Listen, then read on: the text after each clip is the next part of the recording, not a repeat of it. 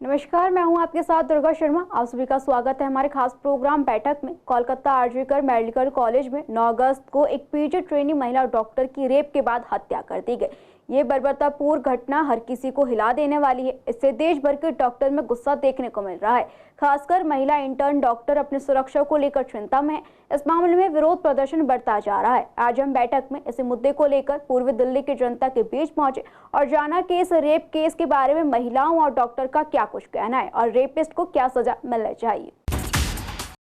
Kolkata RG Kar medical college में 9 अगस्त को एक पीजी ट्रेनी महिला डॉक्टर की रेप के बाद हत्या कर दी गई। इस मामले में विरोध प्रदर्शन बढ़ता जा रहा है। बता दें, दिल्ली की जनता और डॉक्टर बेहद गुस्से में नजर आए। लोगों का कहना है कि अगर कानून सख्त होता तो कोलकाता में इतनी बर्बरतापूर्ण घटना नहीं होती। ये इंसानियत को मार देने वाली घटना है। ऐसे में सभी आरोपियों को सरेआम फांसी देनी चाहिए ताकि आगे आने वाले समय में कोई ऐसा करने से पहले भी कई बार सोचे, उसके रूह तक कांप जाए। वही डॉक्टर लगातार प्रोटेस्ट जारी है। डॉक्टर्स का कहना है कि वो मरीज की जान बचाते हैं और उनके साथ ऐसी घटना हो जाती है तो बहुत दर्दनाक है। ये प्रोटेस्ट इंसाफ मिलने तक जारी रहेगा। डॉक्टर्स ने आगे कहा कि सरकार को कोई एक ऐसा कानून लाना चाहिए, फिर चाहे वो अरब कंट्री जैसा ही कानून क्यों ना हो। डॉक्टर्स की सेफ्टी को लेकर भी मांग उठाई गई।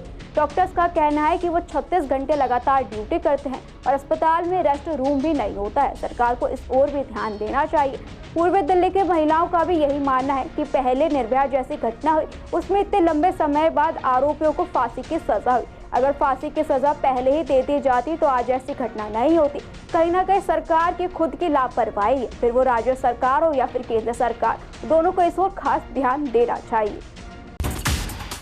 और हमारा मांग यही है कि जिस लड़की को, जिस बिटिया को, डॉक्टर को ड्यूटी पे चितरे कर दिए गए हैं हॉस्पिटल के अंदर, जो सबसे सेफ जगह है जहां आप अपने स्वास्थ्य को रक्षा के लिए आते हैं, उसी डॉक्टर को मार दिया गया है। और बंगाल सरकार चुप है, ममता बनर्जी चुप है।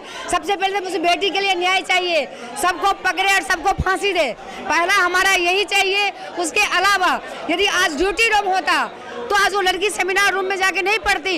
इतने बड़े हॉस्पिटल में एक ड्यूटी रूम नहीं था, उसको सेमिनार रूम में जाना पड़ा। उसके पीछे लोग हैं। हमें ड्यूटी रूम चाहिए। किसी भी हॉस्पिटल में ड्यूटी रूम नहीं है। एक पीजी स्टूडेंट को 48 घंटे जॉब करना पड़ता है। उनके आवर्स को ठीक किया जाए जिससे कि वो भी रेस्ट करे, मेंटली पीस में हो। ऐसा कुछ भी नहीं किया जा रहा है। हर जगह बॉन्ड लिखवाया जा रहा है कि पहले इतना काम करो, 2 साल के बॉन्ड। ये चीज़ गलत है। हमें प्रोटेक्शन चाहिए और फिलहाल तो हमारा यही है कि उसके सारे हत्यारों को फांसी दे दे। इसके अलावा अभी और कुछ नहीं। और प्रोटेक्शन डॉक्टर्स को, जो हमारा प्रोटेक्शन है, प्रोटेक्शन हमें चाहिए। उन्होंने जो काम किया है वो इसी लायक है कि उनको सरेआम फांसी देनी चाहिए। अरे औरत की सबसे पहले इज्जत करो इस दुनिया में। आप इस दुनिया में आए हो एक औरत के कारण आए हो। आपकी माँ है, बहन है, बीवी है। हमें अपने लड़कों को, हम लड़कियों को सिखाते हैं कि तुम्हें ये करना है, तुम्हें वो करना है। हमें सबसे पहले अपने लड़कों को सिखाना है कि एक औरत की इज्जत करो इस समाज में। एक लड़की जो डॉक्टर बनी, इतनी मेहनत करी, मरीजों का इलाज कर रही है और आपने उसको भी नहीं छोड़ा। कुछ तो शर्म करते। हमें जब तक सब गवर्नमेंट हॉस्पिटल्स में, सब हॉस्पिटल्स में सिक्योरिटी नहीं होगी, किसी लड़की डॉक्टर की नाइट ड्यूटी नहीं लगनी चाहिए। एक हमारी ये बहुत बड़ी डिमांड है। हम सबको साथ चलना है। खाली ये एक डॉक्टरों का मुद्दा नहीं है, ये पूरे समाज का मुद्दा है। एक लड़की की एक सेफ्टी सबसे पहले होनी चाहिए। ये देश कहाँ जाएगा अगर हम एक लड़की को, एक डॉक्टर लड़की हॉस्पिटल के अंदर, उसकी वर्किंग प्लेस में अगर उसको सिक्योरिटी नहीं दे सकते तो हम क्या करेंगे। हमें इस चीज़ का ध्यान रखना है बहुत ज़्यादा।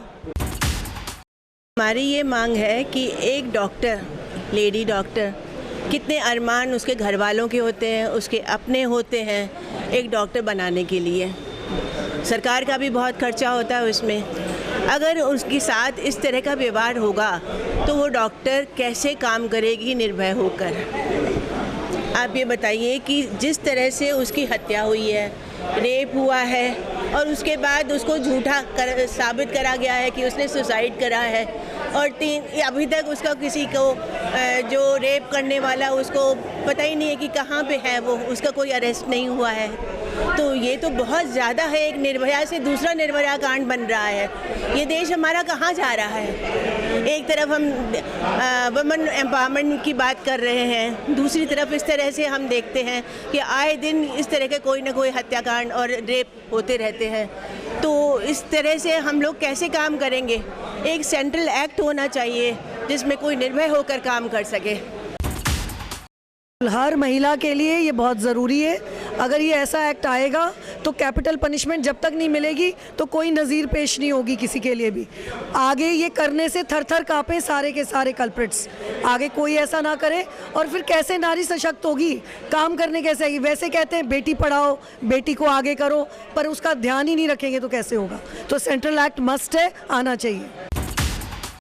एक बेटी जो एक डॉक्टर बनने के लिए दिन रात मेहनत करती है, रेजिडेंसी जॉब में 36 घंटे की ड्यूटी होती है, उसको बिना रेस्ट करे काम करना होता है। अगर उनकी सेफ्टी का ध्यान नहीं रखा जाएगा, नाइट में उनके लिए सेफ्टी प्रोटोकॉल्स नहीं होंगे हॉस्पिटल में, तो कैसे वो काम कर सकती है? रेजिडेंसी में 36 घंटे लगातार काम करना होता है। आपको ये एक्ट बनाना होगा, सेंट्रल एक्ट के लाने की बहुत ज़रूरत है, जो कि अर्जेंटली रिक्वायर्ड है। आपको बेटी की सुरक्षा के लिए, एक डॉक्टर की सुरक्षा के लिए जो नाइट ड्यूटी कर रही है, पूरा सेफ्टी एनवायरनमेंट देना होगा, तभी वो काम कर सकते हैं। ये आज हर एक फीमेल, हर एक लड़की की, हर एक बेटी की सुरक्षा का सवाल है। एक डॉक्टर नहीं, एक बेटी वो पहले है, उसके लिए कोई एक्ट होना है, सेंट्रल एक्ट लाना बहुत ज़रूरी है। गवर्नमेंट से हम लोगों को ना बहुत, डॉक्टर्स को हमेशा सॉफ्ट टारगेट समझा जाता है। हमें सॉफ्ट टारगेट बन के नहीं एक्ट करना है, हमें एग्रेसिव बनना पड़ेगा। बिकॉज नाउ इट्स नाउ और नेवर। अगर हमने अभी भी हम नहीं सोकर जागे तो ये कभी भी संभव नहीं हो पाएगा। लड़कियां, हमारी जो बेटियां, हम कहते थे कि बेटी पढ़ाओ बेटी बचाओ। अब बेटी इतनी पढ़कर भी अगर नहीं बच पा रही है तो यहाँ बेटी पढ़ने के लिए सुरक्षा ज़्यादा ज़रूरी है। पढ़ाई कम ज़्यादा तब भी चल जाएगी, पर अगर हमारे सरकार इंश्योर नहीं करती कि हमारी बेटी सुरक्षित हो तो इस सरकार को डेफिनेटली हमें घुटनों पर लाना पड़ेगा। I am sorry to use these words, but I will have to use these words कि जब तक हम एग्रेसिव नहीं होंगे तब तक हमारी मांगों को कोई भी नहीं सुनेगा। तो हमें डेफिनेटली यही रीजन है कि जब तक हम लोग सड़कों पर नहीं आएंगे, मोर्चा नहीं निकालेंगे, तब तक किसी तरह की भी मांग नहीं सुनी जाएगी और शांत रहने से कोई काम नहीं चलेगा। This is my lookout. हाँ, मैं कहना चाहती हूँ ये जो भी हुआ वो बहुत घिनौना काम हुआ। वो एक डॉक्टर थी, उसने आगे चल के समाज की सेवा करनी थी और उसको इस तरह से रेप करके मर्डर कर दिया। ये हमारे समाज के लिए बहुत बुरा काम है। हमारी भी बेटियां हैं, उनको भी सुरक्षा चाहिए। ये सेंट्रल प्रोटेक्शन एक्ट आना चाहिए जो हमारी फीमेल्स को, ज़रूरी नहीं है वो डॉक्टर हो, सब लड़कियाँ जो रात में काम करती हैं, नाइट ड्यूटीज़ करती हैं, उनको सेफ्टी की ज़रूरत है। ये कोई कानून आना चाहिए हमारी सरकार की तरफ से। डॉक्टर बेटी के साथ हुआ है, वो किसी भी बेटी के साथ हो सकता है, इसलिए हमें महिला सुरक्षा ज़रूरी है। और हम बेटी को पढ़ाते हैं तो हमें बेटों को पढ़ाना भी ज़रूरी है। उनको पता होना चाहिए कि इज्जत कैसे करनी चाहिए लड़कियों की। और ये चीज़ जो सेंट्रल प्रोटेक्शन एक्ट है वो हम डॉक्टर्स के लिए बहुत मस्ट है और वो होना चाहिए और ज़रूर होना चाहिए। और हम इस केस के लिए वी वांट जस्टिस। जैसे निर्भया कांड के लिए इतना साल लग गए, हम नहीं चाहते कि इसके लिए इतने साल लगे। इसका फास्ट ट्रैक पे इसका जस्टिस होना चाहिए। और हम सब, जब तक इसका जस्टिस नहीं होगा, हम सब डॉक्टर सब अनिश्चित काल पे आगे जाने के लिए मजबूर हो जाएंगे। हमारी देखो मेन मांग तो ये है कि सबसे पहले तो पीड़िता को न्याय मिलना चाहिए। पीड़िता, अगर आज हम अपने 78 इयर्स स्वतंत्रता दिवस के मना रहे हैं और हमारे देश में एक नारी के ऊपर इतने अत्याचार हो रहे, आए दिन हमारे कहीं कहीं से खबरें आ रही हैं, और वो भी डॉक्टर के साथ हॉस्पिटल में। इससे बदतर हालत आप क्या समझ सकते हैं कि 78 साल स्वतंत्रता दिवस के होने के बाद हमने क्या पाया है, क्या अचीव किया है कि। और दूसरी बात ये हमारी मांग है कि आए दिन हॉस्पिटल्स में तोड़-फोड़ की घटनाएं होती रहती हैं, तो हम चाहते हैं कि हमारे को सेंट्रल प्रोटेक्शन एक्ट मिले जो कि डॉक्टरों को सुरक्षा दे। डॉक्टर इतनी ड्यूटी करके, कोई भी डॉक्टर किसी को मारने के लिए कभी भी इलाज नहीं करता, बचाने के लिए इलाज करता है, पर हर एक को नहीं बचाया जा सकता, सबको पता है। तो इस जैसे ही किसी पेशेंट की मौत होती है, लड़ाई झगड़ा करते हैं, डॉक्टरों की पिटाई करते हैं, तो उसको प्रोटेक्शन के लिए सेंट्रल प्रोटेक्शन एक्ट लाया जाए। और पीड़िता के जो लोग हैं, जो माँ बाप हैं, उनकी इकलौती बेटी थी, उसको कंपनसेशन मिले, एडिक्वेट कंपनसेशन मिले, और डॉक्टरों की जो सेवा करते हैं उन लोगों को प्रॉपर ड्यूटी रूम्स भी नहीं हैं, कोई वॉशरूम्स नहीं होते हैं, तो उनकी स्वतंत्र वो जो कार्यरत की शैली है उसको इम्प्रूव किया जाए, उनको सुरक्षा प्रदान की जाए, 24 घंटे CCTV वगैरह लगाए जाए, और हमारे हॉस्पिटल्स को सेफ जोन डिक्लेयर किया जाए। जब न्यायालय सेफ जोन हो सकते हैं, एयरपोर्ट सेफ जोन हो सकते हैं, तो हमारी ये क्यों नहीं हो सकते, हॉस्पिटल सेफ जोन क्यों नहीं हो सकते, जहाँ ज़िंदगी मौत का सवाल है, जहाँ मरीज और लोग आते ही इसीलिए, तो सुरक्षा बहुत ज़रूरी है।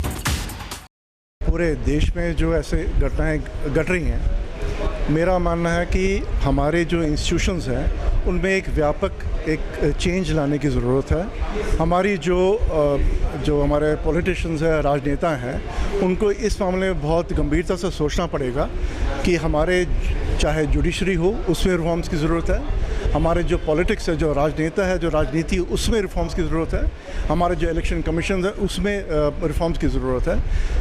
इसके अलावा मेरा कहना है, जो बड़े दुख से और बड़े बारे मन से मैं कह रहा हूँ कि जो ये दुखद और ये जो बड़ी वहशी जो घटना जो घटी है कोलकाता में, इसमें जो रवैया ममता सरकार का रहा है, एक तो दुर्भाग्यपूर्ण है, और मैं एक डॉक्टर तो बाद में एक इंसान के रूप में मैं ये कंडेम करता हूँ, जैसे लीपापोती कही गई है, और जो उनके मृतक के जो माँ बाप के साथ जो सलूक जो किया गया, और बाद में अपने संरक्षण में जो गुंडे भेजे मेडिकल कॉलेज में, बाकी डॉक्टर जो एक पीसफुली प्रोटेस्ट कर रहे थे, उन पे जो अटैक किया, उन पे जो हमला करवाया, मेरा ये आह्वान है, या मेरा आप समझ लीजिए एक रिक्वेस्ट है, हैंड होल्डेड रिक्वेस्ट है सेंट्रल गवर्नमेंट से भी, कि यही मौका है, सही मौका है, पश्चिम बंगाल सरकार को बर्खास्त किया जाए। बहुत ही दुखद घटना है सर, और हमारी मांगे वही हैं जो सब लोग बार बार आपसे कहना चाह रहे हैं। सब वही मांगे हैं हमारी कि हमें सिक्योरिटी मिले, हमें जस्टिस मिले। As a woman I would say सबसे पहले औरतों की सुरक्षा, हमारे बच्चों की सुरक्षा हर देश के लिए इम्पॉर्टेंट होती है। तो ये सिर्फ मेडिकल फ्रेटर्निटी की मांग नहीं है, it's a shame on the entire society as well that a woman has been raped and murdered like this, so brutal act, such a brutal act. I strongly condemn it, and we demand security as well as less working hours for doctors. मैं यही कहना चाहूँगा कि ये इस तरह की घटनाओं के लिए कड़े से कड़े एक्शन लेना चाहिए, और ड्यूटी आवर्स पे डॉक्टरों की सुरक्षा और जो और मेडिकल वर्किंग पर्सनल हैं उनकी सुरक्षा की पूरी गारंटी होनी चाहिए, पूरी व्यवस्था होना चाहिए। लॉन्ग आवर्स होते हैं ड्यूटी के, 36 आवर, 24 आवर्स, और गवर्नमेंट हॉस्पिटल में हमें सेमिनार रूम में या फिर बहुत ऐसे जगह होते हैं जहाँ पर अकेले जाके रहना पड़ता है, सोना पड़ता है।